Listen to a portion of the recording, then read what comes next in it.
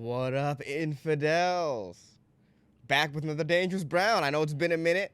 I was moving, not back home. Clearly, if you're watching the video, I'm back home at my parents' place. No, I'm just visiting for a couple weeks. So you're gonna see a couple Dangerous Browns, two Dangerous Browns, come from here. Good to be back where it all began. Good to see you, infidels. But no, I'm moving into a new place with Hans Kim and Brian Simpson. So that's dope. That is dope, dude. I'm excited. We finally got internet, yo, after like 3 weeks of trying to get internet. We finally got internet. We went with AT&T fiber because Google fiber sucks ass. Out of all the customer service experiences I've had, Google Fiber was probably the worst customer service experience. I was on the phone with customer service for, I would think, a total of 10 hours over the course of the week. And at the end of the day, they could not get internet to our place. They said, no, we can't do it. No matter what we do. It didn't seem like they were trying, to be honest. They kept giving me the runaround. Basically, they had to install like a box for the fiber outside. I don't really know how technology works. Even though I'm Indian. I feel like I should know how technology works. Just like, I'm not that good. That's how I'm a bad brown person. I'm just terrible at technology. Like, if your problem doesn't involve, if the solution to your problem involves more than turning it off and then turning it on again, I'm not the brown guy for you.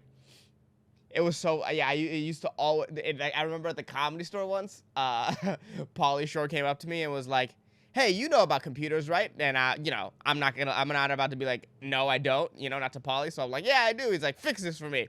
And he handed me his phone, which is not a computer, hilarious. And then I just turned it off and then turned it on again. And it started working, like, perfectly. And he was like, I knew you could help. And I was like, yep. Thank God the only trick I know how to do when it comes to technology worked for this situation. God, so funny. Pauly Shore was my boss. How funny is that? Anyways, what was I saying? I had something about technology, and I completely forgot. Oh, yeah. The Google Fiber. Google Fiber was supposed to set up an outside box for us, but they just didn't want to do it. The one guy who came over said looked at us and was like, oh, it's going to be so much work. I'll be back in a second. And he just left and then told his superiors that we didn't let him in the backyard, even though my roommate had the conversation with him about how hard it would be to install the box in the backyard. Straight up lied. And here's the worst part about all of that. The worst part about all of that is that when when we checked our mail, there were like 30 ads for Google Fiber. It was lame. So AT&T Fiber, we're going with you. We went with you. We got it installed today. I got a text from Brian saying that it's working. And thank God we finally have internet. Yo, living our life without internet was so rough that 3 weeks. Well, especially because like all of our our entire livelihood is based online pretty much. So like, it's like, bro, if the internet went down, bro, I don't know how we would handle it. Like, as a nation, how we would handle it.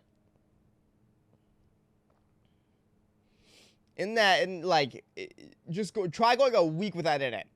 And you'd be like, yo, what the fuck? I can't do anything. We're so reliant on something so fragile. I feel like that's all of society, though, right? Is that we're just reliant on something super fragile. Like, I don't know if society's on, like, the razor's edge, like, now, but it always has been, right? Like, everything holding society together is so paper thin. That is wild. And it just feels like we're just marching towards an apocalypse, but the comfort is that it's always felt that way. I would hope that it's always felt that way. I feel like anytime society's felt super secure, that's when you're like, oh, it's around the corner of breaking down. I only say that, I'm putting it on the universe that hopefully society isn't breaking down. But what's it called? You know how I know we're in the apocalypse? This is how I know we're in the apocalypse. I won both my redraft leagues in fantasy this week. Both of them. I am a horrible fantasy football player. To win both of them is like, oh, bro, the end times are near. They're near. I don't think I've made it high. I don't think I've been in the playoffs higher than the last seed that you can make in the playoffs ever. The end times are near. I won both. I'm a terrible, like, to win week 1, that means you drafted well, pretty much, right? And I'm a terrible drafter. I cannot believe I won both of my redraft leagues. Insane. As soon as I looked at the scores yesterday, I was like, oh, it's over. Society, as we know, over. I drafted Justin Jefferson in both leagues, auction and snake. I was like, hell yeah. There's a fly around me, if you can tell by watching. That's who, dude. Justin Jefferson is... Dude, get away from me, fly. Justin Jefferson is... I was about to change my name to Justin Jefferson with parentheses SWT in my family league, Subhanahu wa ta'ala, which is what usually they put after... When you see Allah, like, written down and then in parentheses SWT, I was about to put that after Justin Jefferson, but I was like, I don't know if that's... If that's too much after week 1, and 2, if that would make my uncles mad. But I will say this. If he scores 40 points again next week, that's what I'm changing my name to. I'm not good coming up with good fantasy football names. Some people are just on it with the puns. I don't do any of that. No. My 2 fantasy football names is, one of my redraft names is Blaine Gabbert. I don't know why. Years ago, I thought it would be funny to have my fantasy team name be just Blaine Gabbert. And it's been consistently bad this entire time. But I refuse to change it until I make at least a very deep run in the playoffs. If I win, I'm for sure going to retire the Blaine Gabbert name. And then my other team name is Texas Power Grid, because we're lights out. That's what I tell people. It's a lights out team. Texas Power Grid. We're on the verge of collapse. But yeah, very, very, very like, oh, this is, bro. Whatever is about to happen now is over. I won my fantasy leagues. That's how I knew. Like, oh man, society, we've had a good run. And I know, even if it's just the first week, the fact that I won both of them in the first week is insane. I would say my first week record. So I was in 3 fantasy leagues the last 2 years, and I was like the previous 2 years, and I was 0-6 on opening week. So to win 2 is just like, whoa, what's going on? Jeez, what's going on? That's some bad shit. It's a bad omen that I won 2 fantasy. It's a bad omen. I'm looking around right now because I'm very like, Got to watch the game. Got to watch the first week's games with my friends. Being back home, love being back home, but goddamn, dude, had to watch the fucking Niners blow another lead. Bro, I am not, dude. No lead is safe with Kyle Shanahan. I don't know what that guy learned from the 28-3 comeback loss in the Super Bowl, but the answer is clearly nothing.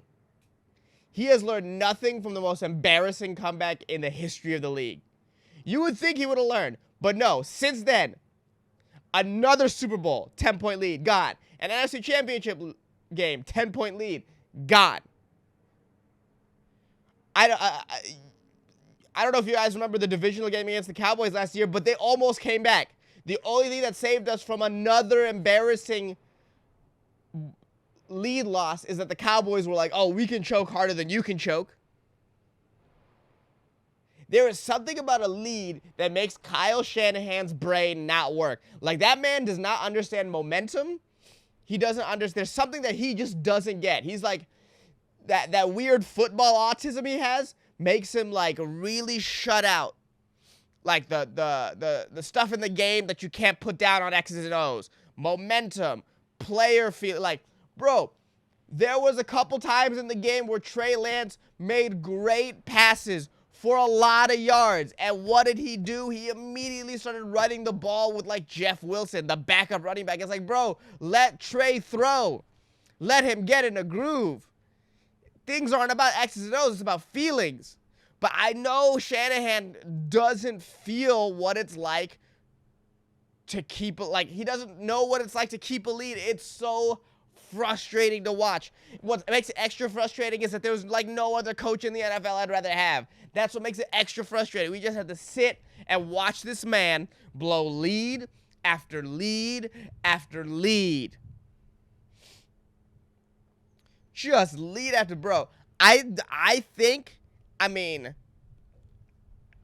at this point, the only thing that I can, like, the only sort of, the only theory that I can put forward is that when Kyle Shanahan was a kid, he was molested by a lead.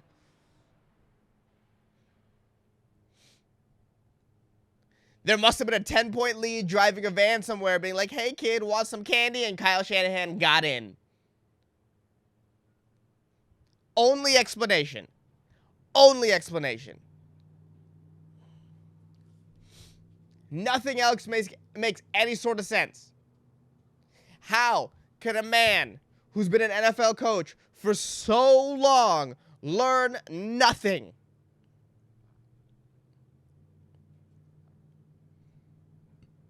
He's learned nothing.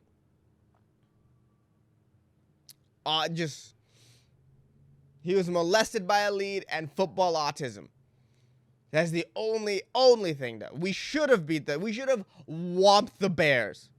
And dude, all the penalties. First of all the penalties weren't all our fault. I will say that. I mean, they were all our fault, but, like, they were not calling penalties for the Bears after a while. Like, there were so many offensive holdings that we just didn't get. It was crazy. You're allowed to hold Nick Bosa. That is a weird thing. Ever since the Super Bowl, they've like, okay, you're allowed to hold this man.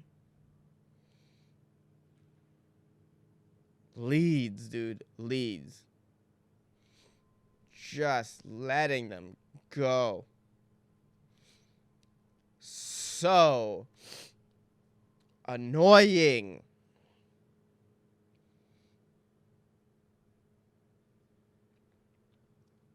Man.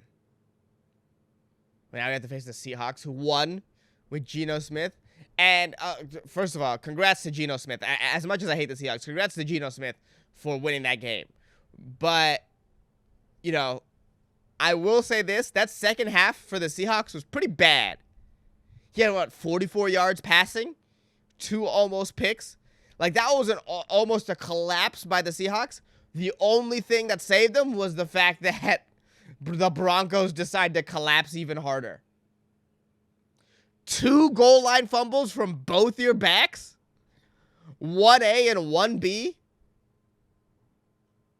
More like 2A and 2B for playing like shit in the goal line. Terrible joke.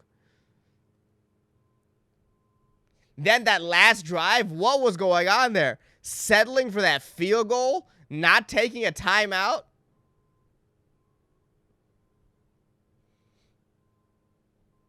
What was happening there? What? A 64-yard field goal away? They had to go for the 4th and 5, right? You have to go for the 4th and 5 there. You have to. So, yeah. I watched the fucking Seahawks take the division lead. 1-0. As a Niners fan, just, of course, every year. It's annoying. Oh, man, when we needed Russell Wilson the most, he fucks the Niners again.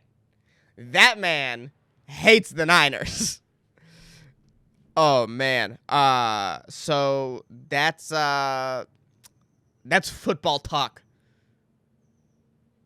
Trying to pick up Dante Hilliard in fantasy. I think he's going to be really good. a lot of pass catching opportunities for him. So I put out. Hopefully, I put down enough money for Dante Hilliard. Dontrell? I think it's Dontrell Hilliard, not Dante. Whatever. I'm being racist.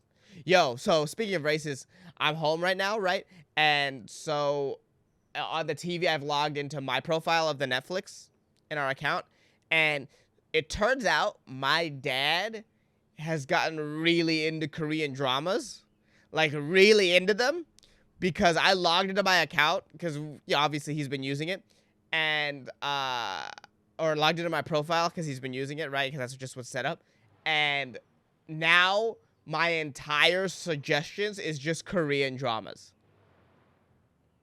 That's all it is. It's so funny. And this is what my dad does. My dad will watch like 30 minutes of an episode and be like, if he doesn't like it, he'll immediately jump out. So it's just like my continue watching is just all these half-watched Korean dramas. And this is how racist I am. I'll turn on a Korean drama. I'll turn on one of them and I'll just be like, I want to see it. And I'll be like, oh, I think that's the same guy as the other one. And then I'll look it up and it'll just be, they'll be completely different people. And I'll be like, damn. I'm not as woke as I thought I was. I sound like an old man. All these people in the Korean dramas, they all look the same. That's it.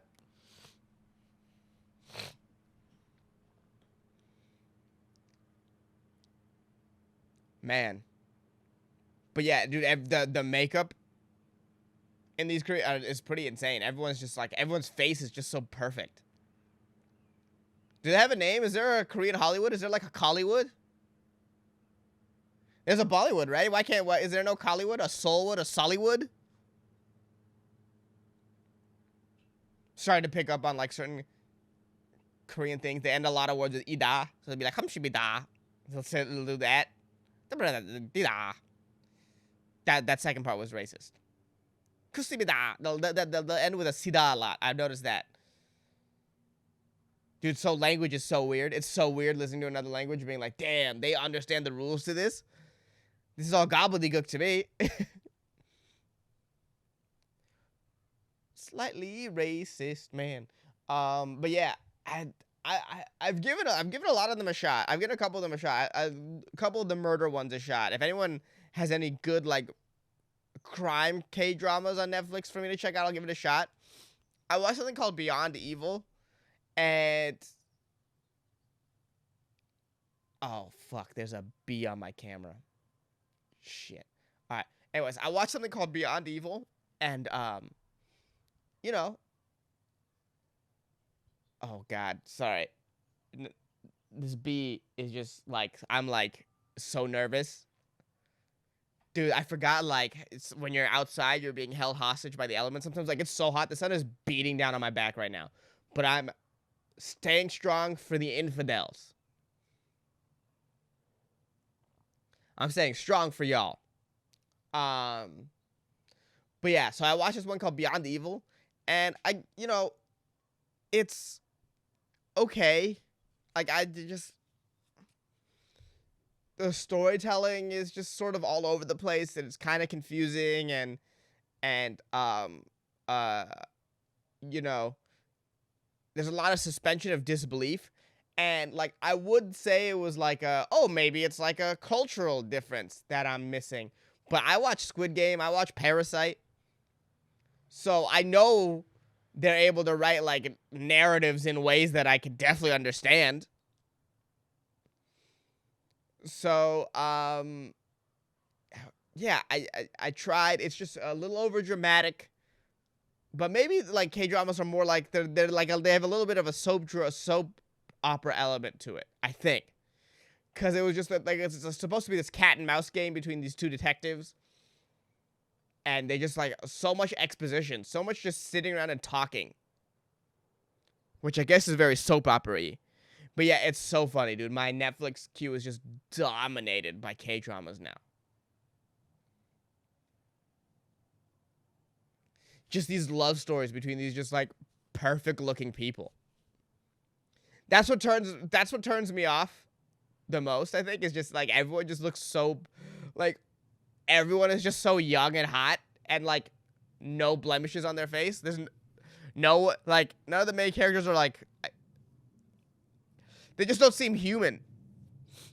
There's just these Korean Ken and Barbie dolls, and it's like, it's a little too unsettling for me.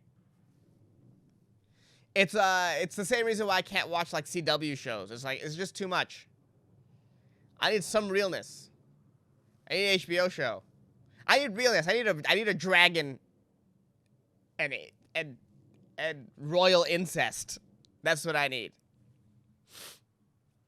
I do want to know, and this is a Game of Thrones spoiler. I do want to know the Venn diagram of people who were watching Game of Thrones this past week and thought it was disgusting how like the uncle and niece were making out in that brothel,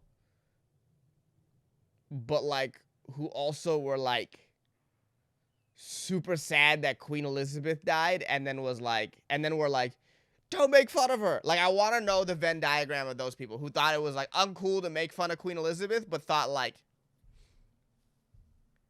the scene with the uncle and niece making out was beyond sick.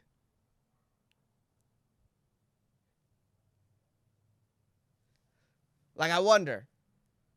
And those aren't two separate circles. There's no way.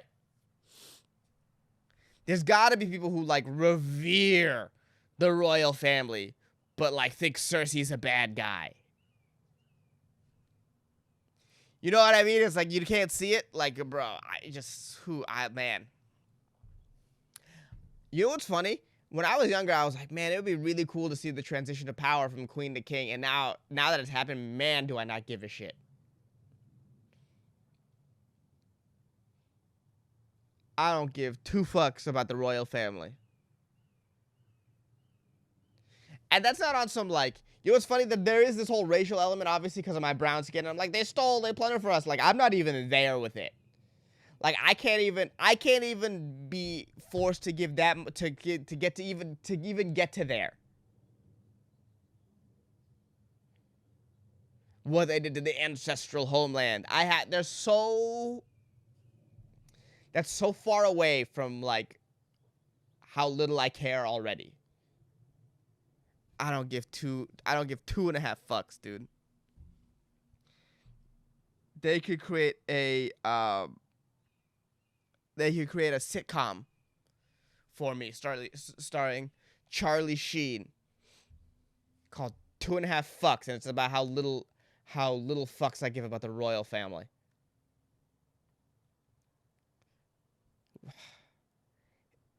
Okay, she died. She was 96. My favorite was that video. Did you guys see that video of the guy heckling Prince Andrew for, you know, being a pedophile, and then the people on the street, like, getting mad at him? Like, yo, how cucked are you that you physically defend a pedophile on global television? Like, also a pedophile whose, like, family is probably screwing you as a common person somehow.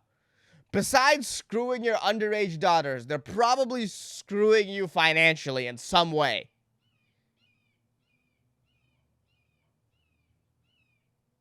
And yet you defend this man.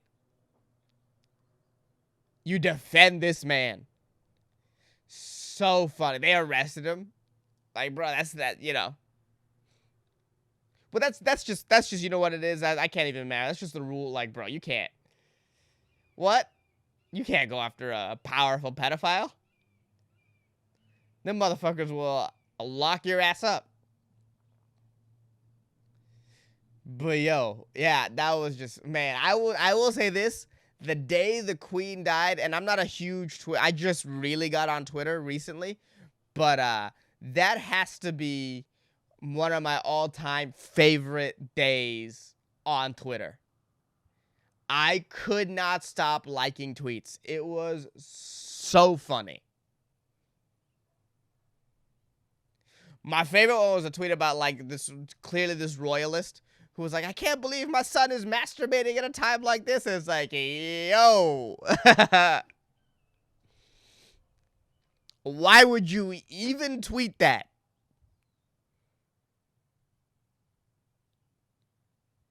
What do you gain out of tweeting that? So funny. So funny. But yeah, man, she's dead. Good, like it just seems like, man, how do the common people of a place with a monarchy not revolt against the monarchy? And I know this is so funny that I'm saying this in America, where we should, like, the overall powers that be should be revolted against here, probably. But, like, the monarchy seems just so excessive. At least here, our politicians pretend to do something. Like, yeah, they're, like, servants to corporate overlords, for sure, and don't care about the people at all. But at least they pretend to, I guess. The monarchy has just no, like, what does it do? Like, on some real shit, what does the King of England do? Except just be rich and inbred.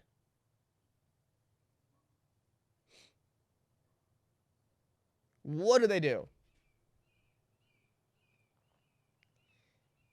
Everyone's talking about, oh, look at King Charles's hands. Yeah, dude, that's the generations of inbreeding. They only don't inbreed now because now we care about that. But they were all marrying cousins and brothers and sisters and, like, just disgusting stuff. Just to keep the bloodline pure. Ugh. Yo. You can't keep pure bloodlines by, like, the only way to keep a bloodline strong is you have kids with people that are genetically different than you. That's why whatever impending apocalypse we have now, the mixed race kids will be a lot better suited for it, for sure. Just lots of different types of immune systems and stuff going on. But man, I tried to force myself to care about the royal family. I just can't. And they're like, oh, they treat Meghan Markle like she's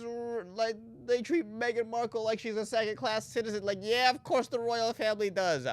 Duh. Why would the royal family treat a black woman well? Why is anyone shocked by that?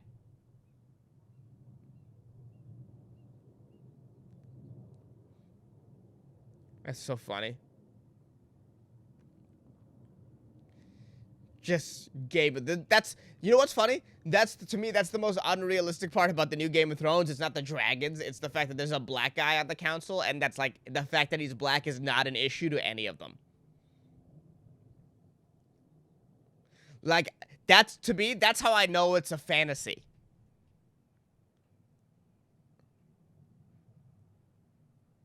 Because that's not how it would work in real life, I'll tell you that right now. That would be a big fucking deal.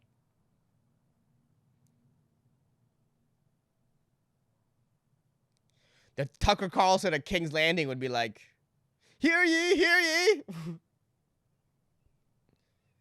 Critical race theory is destroying the land. That's, bro, for sure. That's how I know I'm watching a fantasy. Also, like, yeah, bro, like, because I am a big fan of, like, diversity in movies, especially in fantasy movies. Let Ariel be black in The Little Mermaid, obviously. Let Gandalf have downs. Who gives a shit? But it's still got to be consistent with the story, though, that you've set up in this world. Like, there's this, all of a sudden, the Valerians are this black family, and if you look in in episode 3, there's, like, random Asian knights, and it's like, oh, you're gonna have to explain this racial genocide at some point, right? Like, the series that takes place in the future has no black people other than the slaves and 0 Asians. So How are you going to explain this racial genocide? Or are we not supposed to, are you not going to tell us that we're just supposed to fill in the blanks? That Valerian, that makes sense. At some point, the House Valerian probably got destroyed. You can explain that out. But what about the random Asian people? Where did they go?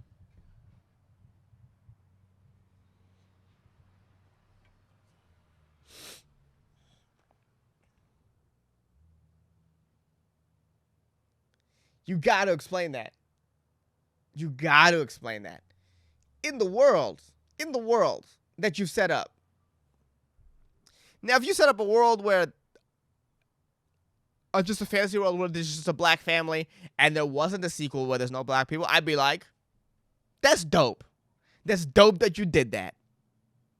But you can't expect me to like, because I think they expect minorities to be like, oh, we got one, and we'll shut up about it. And it's like, no, we know how stories work. We have questions.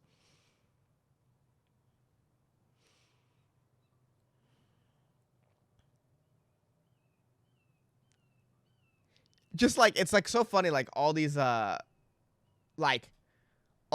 random races in these like clearly white writing rooms. It's so funny. It's so funny. Just let black people have like just let minorities have their own writing rooms, not just black. Let minorities have their own writing rooms. See what happens. Abbott Elementary, never watched it. Did well at the Emmys. I'm sure it's not bad. I'm sure it's really good, actually. Well, I'm not sure it's really good. I haven't watched it, but I'm sure it's the top level a network sitcom can be.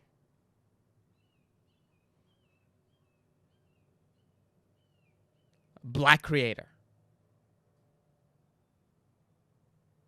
Shocking. I'll never forget watching Grownish, and they had just one of each race as a friend. It's like, oh, what are you, auditioning your friends? But yeah. You know, like you don't have to do diversity for diversity's sake. You don't have to just make random characters different races. Just let the stories be the stories. Game of Thrones was great. It was one of my favorite TV shows of all time. Everyone was white. I didn't care. Because the story was great. Let the stories be the stories. Prey. All Native Americans. Great. You know what would have sucked? If there was just a random generic Predator movie where one of the guys was randomly Native American. And it just kind of didn't make sense, but we kind of had to just accept it. That diversity for diversity's sake is terrible. At least in storytelling. It's got to make sense. It's got to make sense. God, what was I going to say? I had something to say about TV, and I totally forgot. I had a point. I was like going to the point where we're like, oh, TV is like this. And then I was like, damn. Forgot. I do like the new Game of Thrones, though. I don't want to be like, oh, this is destroying my enjoyment of the thing. No, it's not. No, it's not. Like people who let that destroy their enjoyment of the thing is like, come on, you're big. Relax. The new Game of Thrones is pretty fucking great. I certainly think so. New season Rick and Morty's out. Kind of not feeling it, but we'll see. Time will tell. All right. Let's see. I got like what? 15 more minutes? I can do 15 more minutes. Sorry, let me answer this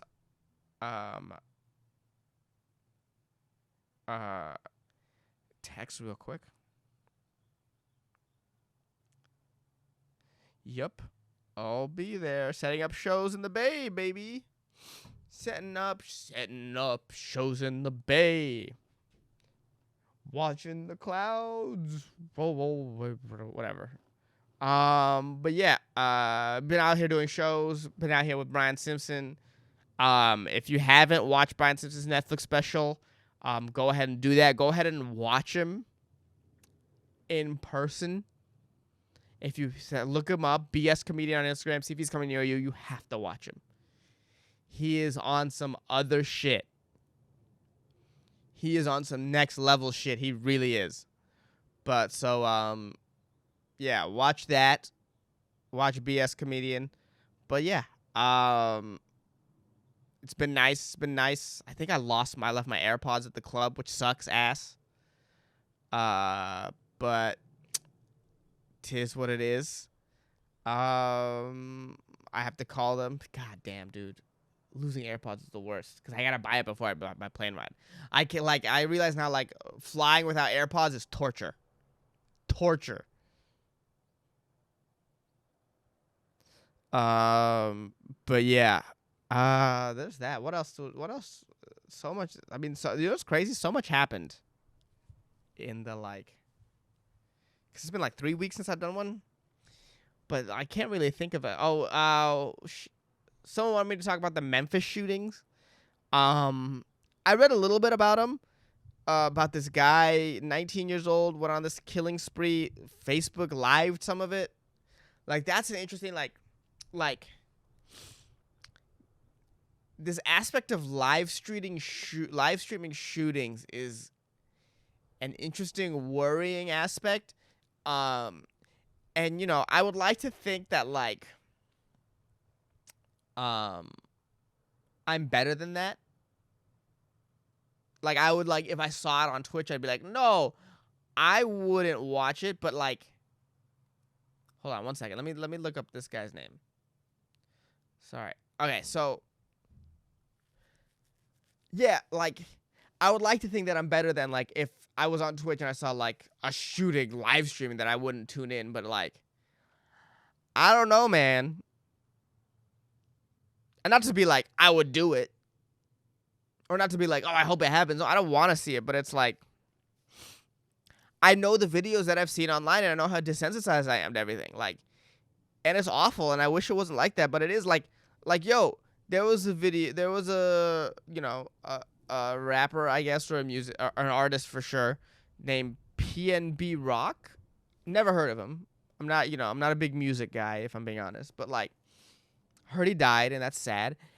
And someone was there's a video of him lying on the floor bleeding. And when I put his name into Twitter, that was one of the first videos that popped up. And I just watched it. I wasn't grossed out. I wasn't oh, this is terrible.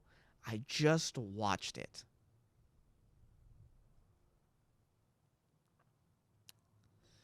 I don't know. I think it's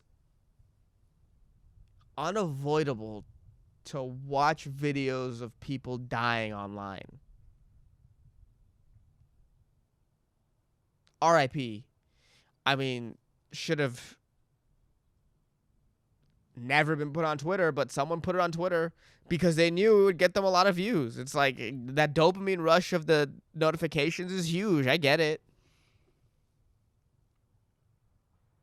And if it bleeds, it leads. That's been a thing for news forever. If it bleeds, it leads. But man, I remember the first person I watched die online was Saddam Hussein.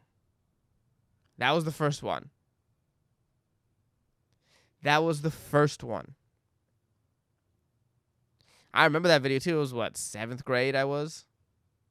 I think that was the first big I think I watched it on YouTube. Back then there was a Wild West of YouTube. Before all corporate America was we gotta rein it in, but that's there used to be a time where I would watch all my television on YouTube. It would just come out the next day. Scrubs, South Park, just all on YouTube. And one of the things I watched was Saddam Hussein getting hung. And I think it's just all downhill from there in terms of being desensitized to what I saw online. And I was 12, which is pretty young, but now there's no way kids aren't watching shit like this at 5 even.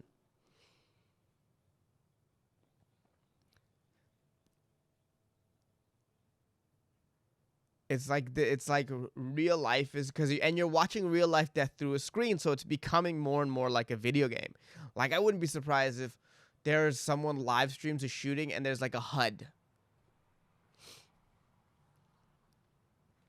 You know what I mean? That shows like kill count and like or shot count or time since shooting started. That's more of a terrorist attack than a mass shooter though, because you'd have to have someone updating the shots and stuff. So it's like that's a real deal plan at a terrorist attack. So like, I mean, I say that I hope it doesn't want to happen, and I mean I definitely hope it doesn't want to happen, but it feels like it's just a matter of time, right? The fact that like mass shooters now can raise money while they're shooting is pretty crazy.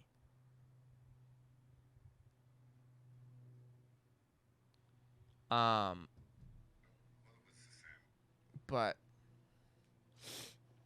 man, I don't know. Life is a highway. Oh, I have this new series. First of all, if you haven't checked out the latest special report, do that. It's not doing well on IG for whatever reason. But I have a new series called Breaking News that'll come out every Wednesday night at 8 p.m. Central Time. That's I'm actually aiming for like a set time with that. So look out for that. The first one did really well. I just went breaking news, you're gay. Got banned off TikTok, which is crazy. But yeah, look out for that. You know, I'm just trying, man. I'm trying to get to that 10,000 follower mark. I don't like what if my life got magically better? Like I got to 10,000 followers, I could levitate. But no, man, I just gotta get to that 10,000 follower mark. It's like a thing. Someone told me like things change after you get to that mark. In terms of your career, people look at you different. And I'm trying to get there, man. Try to get there. And trying to create something that lasts, like, as much as I like. I mean, I love Special Report. I'll keep doing it. But, like, it's not consistent. It hasn't taken off the way I would hoped. You know, and there was a couple weeks where we couldn't collaborate, and that really killed momentum for it. And that's what happens sometimes. But I will say this, I am very happy with like the ideas that I have. I think I have some good ideas. You know, I'm not part of Spoil the Beans anymore, but that's an incredibly popular podcast. I get like 20,000 downloads a month.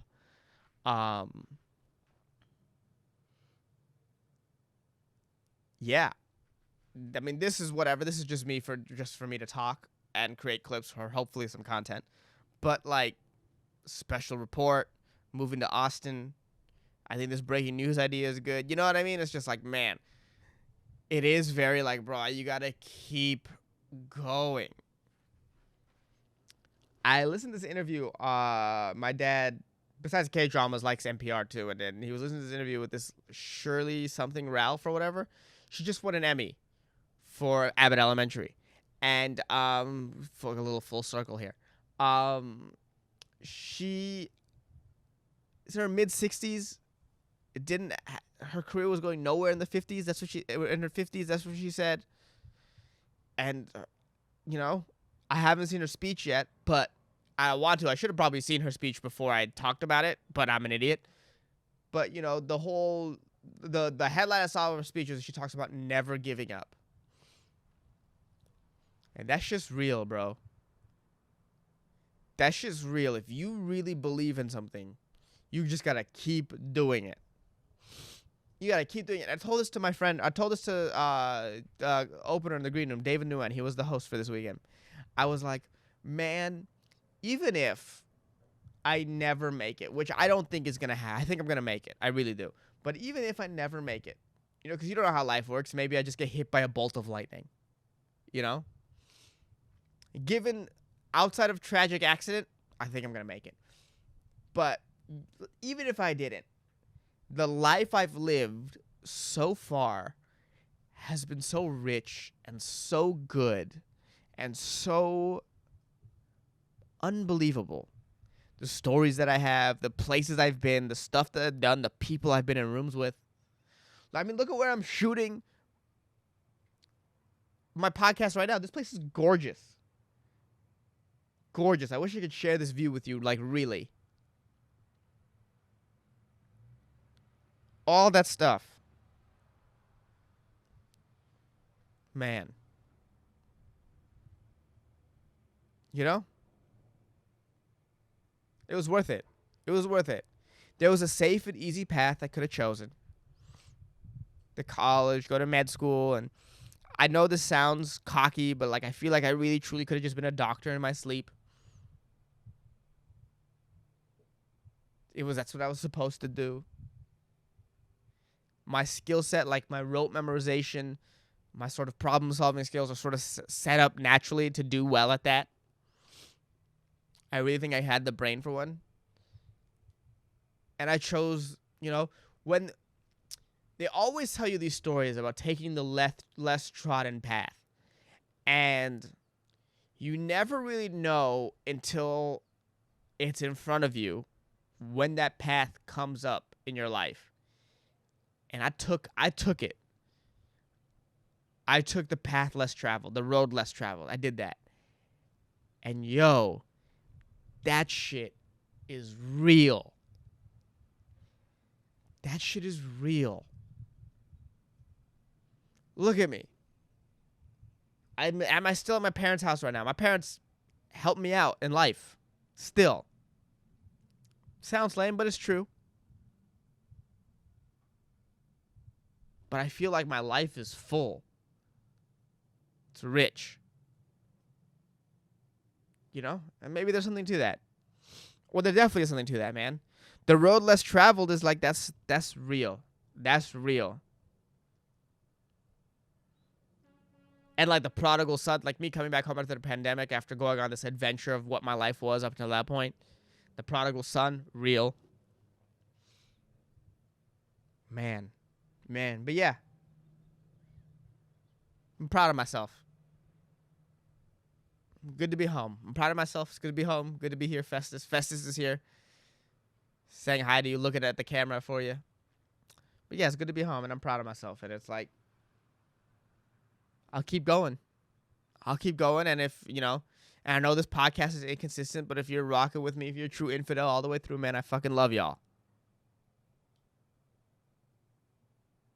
Y'all are the best. And I really do think this podcast is at its best when I'm here. I feel it. You know what it is? Because when I'm in the apartment or in the house or in the studio, I don't feel like I can get as loud and as passionate as I can get here. Just this open space. It's not that open. There's neighbors right there. I've definitely recorded and seen people right there and been like, they're annoyed at me.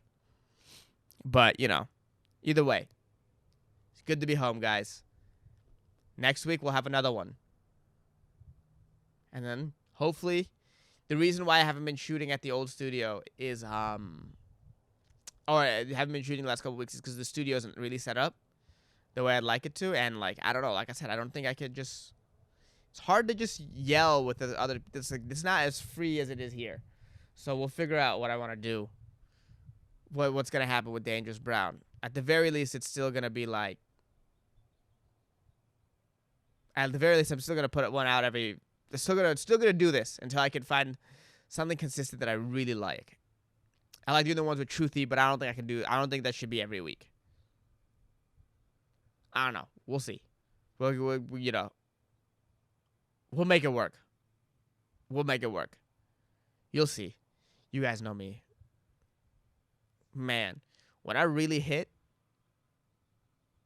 y'all are gonna be glad you were here early. That's all I have to say. And you can hear the sincerity in my voice. All right.